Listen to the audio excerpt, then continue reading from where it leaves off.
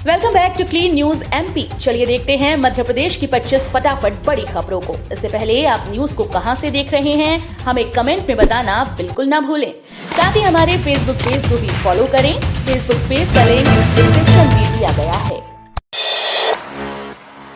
भारत ने वेस्टइंडीज को अहमदाबाद में खेले गए दूसरे वनडे मैच में 44 रन के अंतर से मात देकर सीरीज पर 2-0 से कब्जा कर लिया। दूसरे वनडे में टॉस हारकर पहले बल्लेबाजी करते हुए भारतीय टीम ने 9 विकेट पर 237 रन बनाए। जवाब में वेस्टइंडीज टीम ने 46 ओवर में 193 रन ही बना पाई। विंडीज के लिए समर्थ ब्रूक्स ने सबसे ज्यादा 44 रन बनाए। टीम इंडिया के लिए तेज गेंदबाज प्रसिद्ध कृष्णा ने सबसे ज्यादा 4 विकेट झटके। शार्दुल ठाकुर ने 2 सफलता हासिल की। मोहम्मद सिराज, युजवेंद्र चहल, वाशिंगटन सुंदर और दीपक हुड्डा को एक विकेट मिला। अब सीरीज का तीसरा और आखिरी मैच 11 फरवरी को अहमदाबाद के नरेंद्र मोदी स्टेडियम में खेला जाएगा। मध्य प्रदेश में मीटर रीडिंग के साथ मिलेगा मोबाइल पर बिल तत्काल जमा करने की सुविधा भी। प्रदेश में बिजली के बिल बांटने और जमा करने की सुविधा में बदलाव की तैयारी हो रही है। बिजली कंपनी उपभोक्ता को मौके पर मीटर की रीडिंग के साथ ही बिल भी देने की तैयारी कर रही है। ये बिल भी डिजिटली होगा, जो ईमेल, मोबाइल पर एसएमएस अथवा व्हाट्सएप के जरिए भेजा जाएगा। करीब 3 माह इस बदलाव में लगेगा।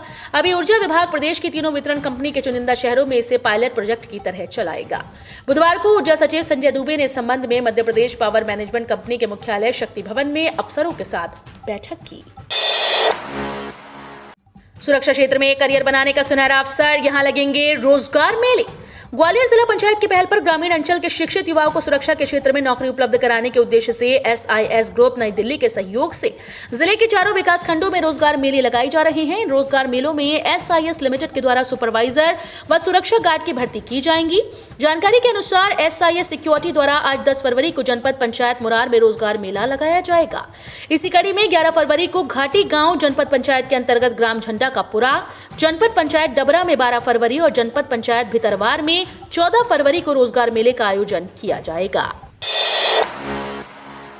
रेल यात्रियों के लिए काम की खबर, ये महत्वपूर्ण ट्रेन रहेंगी निरस्त। यात्रा से पहले जांच ले अन्य शेड्यूल।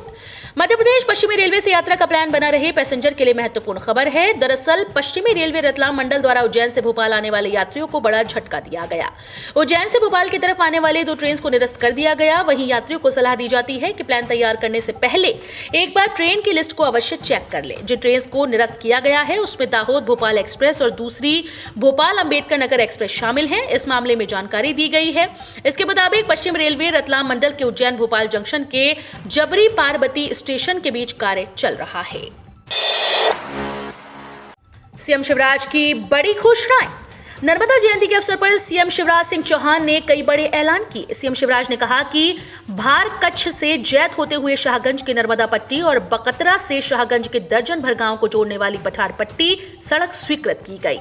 पठार पट्टी की सड़क को राष्ट्रीय राजमार्ग जैसा विकसित किया जाएगा। ग्रामीणों से आग्रह किया कि किसी की जमीन जबरन नहीं ली जाएगी। शासकीय और निजी जमीन की अदला बदली भी की जा सकती है। उन्होंने कहा कि वे अपनी जमीन की बदले में देने के लिए तैयार हैं। जैत के केवट बहुल समला के ग्रामीणों ने कहा कि उनके क्षेत्र में जमीन उपलब्ध है और सभी की सहमति से तय किया गया कि अब सामुदायिक भवन समला में बनेगा। खंडवा शहर को मिलने जा रही नई सौगात, प्रदेश की सबसे ऊंची प्रतिमा होगी स्थापित। अब तक हमने देश ही नहीं विश्व की सबसे ऊंची प्रतिमा स्टैच्यू ऑफ लिबर्टी के बारे में खूब सुना और खूब जाना है, लेकिन अब हम बात कर रहे हैं प्रदेश की सबसे ऊंची प्रतिमा के बारे में। जी हां, 81 फीट मध्य प्रदेश की सबसे ऊंची प्रतिमा खंडवा में तैयार करने का निर्णय लिया गया है। समाजसेवी रितेश गोयल इस पर 2 करोड़ से अधिक रुपए खर्च करेंगे। इस ऊंची प्रतिमा की वजह से यह शहर जल्द ही एक नए तौर पर ख्याति प्राप्त करने वाला है। खंडवा शहर में समाजसेवी रितेश गोयल 81 फीट ऊंची भगवान बालाजी की अत्याधुनिक प्रतिमा लगवाने वाले हैं। अहम बात तो यह है कि इस मूर्ति का निर्माण अब अंतिम चरण में और बचा हुआ है। 6 गुना महंगा बिक रहा इंदौर के किसान का ऑर्गेनिक गुड़। बाजार में सामान्य गुड़ 40 से 50 रुपए प्रति किलो बिकता है, मगर इंदौर के एक किसान ने अलग अलग स्वादों में पौष्टिक और ऑर्गेनिक गुड़ तैयार किया, जो 6 गुना अधिक कीमत यानी 300 रुपए किलो तक बिक रहा है। अपनी 5 एकड़ जमीन पर ट्रेंच विधि से गन्ना उत्पादन करने के साथ गुड़ को तैयार किया जा रहा है, जिसमें तिल, मूंगफली, केसर, चॉकलेट, सूंठ, अजवाइन, खोपरा, इलायची के साथ ड्राई फ्रूट्स मिलाई जा रही हैं, जिसे औषधि और पौष्टिक गुणों से तैयार ये गुड़ बाइट्स यानी छोटे छोटे पीस में तैयार किया जाता है। हिजाब बैन को लेकर गृह मंत्री नरोत्तम मिश्रा का बड़ा बयान। मध्य प्रदेश के स्कूल शिक्षा मंत्री इंदर सिंह परमार द्वारा मध्य प्रदेश के स्कूल्स में हिजाब बैन करने पर सियासत गर्मा गई।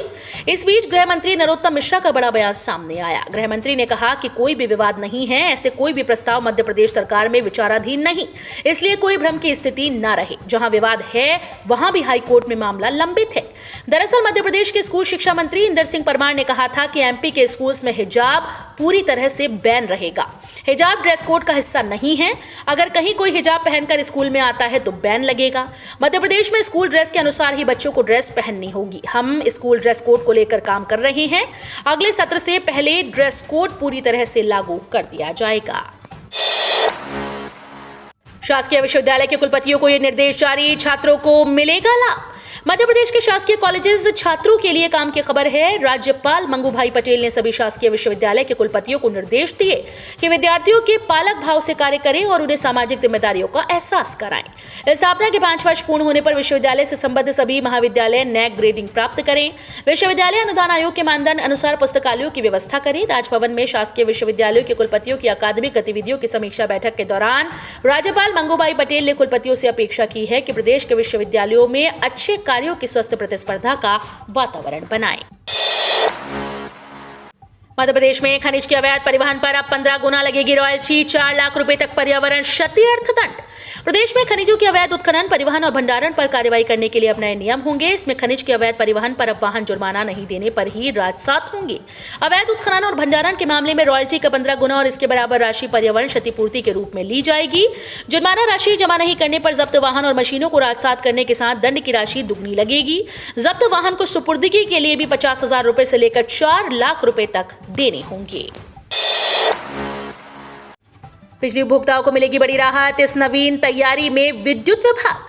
मध्य प्रदेश में विद्युत विभाग द्वारा प्रदेश के उपभोक्ताओं को बड़ी राहत दी गई। दरअसल प्रदेश में बिजली बिल बांटने में जमा करने की सुविधा में बदलाव की तैयारी की जा रही है, जिसका फायदा लाखों उपभोक्ताओं को। इस मामले में विद्युत कंपनी उपभोक्ताओं को मौके पर ही मीटर रीडिंग के साथ बिजली बिल भी देने की तैयारी की जा रही है। इस बिल को डिजिटल तैयार किया जाएगा, जो ईमेल, मोबाइल और SMS के जरिए ग्राहकों को उपलब्ध कराए जाएंगे। सूचना की माने तो करीब 3 महीने में इस बदलाव का काम पूरा कर लिया जाएगा। इसके लिए ऊर्जा विभाग के द्वारा तैयारियां शुरू कर दी गई हैं। 10वीं 12वीं टर्म 2 परीक्षा पर नई अपडेट, इस दिन जारी हो सकते हैं टर्म 1 के परीक्षा परिणाम। CISCE बोर्ड परीक्षा 10वीं और 12वीं के परीक्षा परिणाम घोषित कर दिए गए। वहीं केंद्रीय माध्यमिक शिक्षा मंडल के द्वारा जल्द ही टर्म 1 कक्षा 10वीं व 12वीं टर्म 1 के परीक्षा के परिणाम घोषित किया जा सकता है। माना जा रहा है कि इस सप्ताह कक्षा 10वीं 12वीं के परीक्षा परिणाम घोषित होने की उम्मीद है। बता दें कि CBSE के साथ लंबे समय से टर्म 1 परीक्षा के परिणाम की राह देख रहे हैं। कक्षा 10वीं और 12वीं परीक्षा नवंबर-दिसंबर 2021 में आयोजित की गई थी। छात्र इसके लिए आधिकारिक वेबसाइट आदि सहित अन्य वेबसाइट के माध्यम से स्कोर की जांच कर सकेंगे। आशा कार्यकर्ता को बिना नोटिस हटाया, हाईकोर्ट ने पंचायत विभाग के खिलाफ जारी किया नोटिस। मध्य प्रदेश हाईकोर्ट ने आशा कार्यकर्ता के निलंबन मामले की सुनवाई करते हुए कहा कि हर आशा कार्यकर्ता का वजूद है, बिना सुनवाई के उसे हटाना नियमों का उल्लंघन करना है। साथ ही पंचायत और ग्रामीण विकास विभाग के प्रमुख सचिव, सतना कलेक्टर और अन्य को नोटिस जारी करते हुए पूछा कि आखिर आशा कार्यकर्ता को सुनवाई का अवसर दिए बगैर कैसे हटाया। साथ ही हाईकोर्ट ने इस मामले में पंचायत और ग्रामीण विकास विभाग सहित अन्य से 1 सप्ताह में जवाब भी मांगा। ये सुनवाई जस्टिस विवेक अग्रवाल की सिंगल बेंच में हुई। सतना निवासी अंजलि जायसवाल की ओर से अधिवक्ता आनंद कृष्ण त्रिवेदी ने हाईकोर्ट को बताया कि याचिकाकर्ता अंजलि जायसवाल स्वास्थ्य कारणों के चलते मेडिकल छुट्टी पर थीं, लेकिन इसके बावजूद मेहर ब्लॉक मेडिकल ऑफिसर ने मेरी क्लाइंट अंजलि जायसवाल को कारण बताओ नोटिस जारी किए बिना ही टर्मिनेट कर दिया। मछली पालन के लिए किसानों को मिलेगा 3 लाख का ऋण। किसान खेतीबाड़ी के काम किसान मछली पालन का कार्य करके अपनी आय में बढ़ोतरी कर सकते हैं। इसके लिए सरकार से कम ब्याज दर पर 3 लाख रुपए का ऋण दिया जाएगा। इतना ही नहीं, मछलियों का बीमा भी कराने की सुविधा सरकार की ओर से प्रदान की जाती है। जो मछली पालक सरकार की क्रेडिट कार्ड योजना के तहत बैंक से ऋण लेना चाहते हैं, वे 15 फरवरी 2022 तक आवेदन कर सकते हैं। बता दें कि मछली पालक किसानों की आय बढ़ाने के उद्देश्य से केंद्र सरकार की ओर से PM मत्स्य संपदा योजना चला रखी है। इसके तहत मछली पालक किसान आवेदन करके इसका लाभ उठा सकते हैं। किसानों के लिए बड़ी खबर, इस योजना की तारीख आगे बढ़ी, ऐसे उठा सकते हैं लाभ। देश के करोड़ों किसानों के लिए बड़ी राहत भरी खबर है। मोदी सरकार ने प्रधानमंत्री किसान संपदा योजना की तारीख को आगे बढ़ा दिया। अब किसान 4 साल और इस योजना का लाभ उठा सकते हैं। नई तारीख के अनुसार अब किसान 31 मार्च 2026 तक इस योजना का लाभ लेने के लिए आवेदन कर सकते हैं। खाद्य प्रसंस्करण मंत्रालय ने ट्वीट कर इस बात की जानकारी दी और कहा कि प्रधानमंत्री किसान संपदा योजना को 4,600 करोड़ रुपए आवंटन के साथ मार्च 2026 तक बढ़ा दिया गया। प्रधानमंत्री किसान संपदा योजना से 11.095 करोड़ रुपए के निवेश को आकर्षित करने की उम्मीद है। मुख्यमंत्री शिवराज सिंह चौहान 12 फरवरी को आएंगे बैतूल।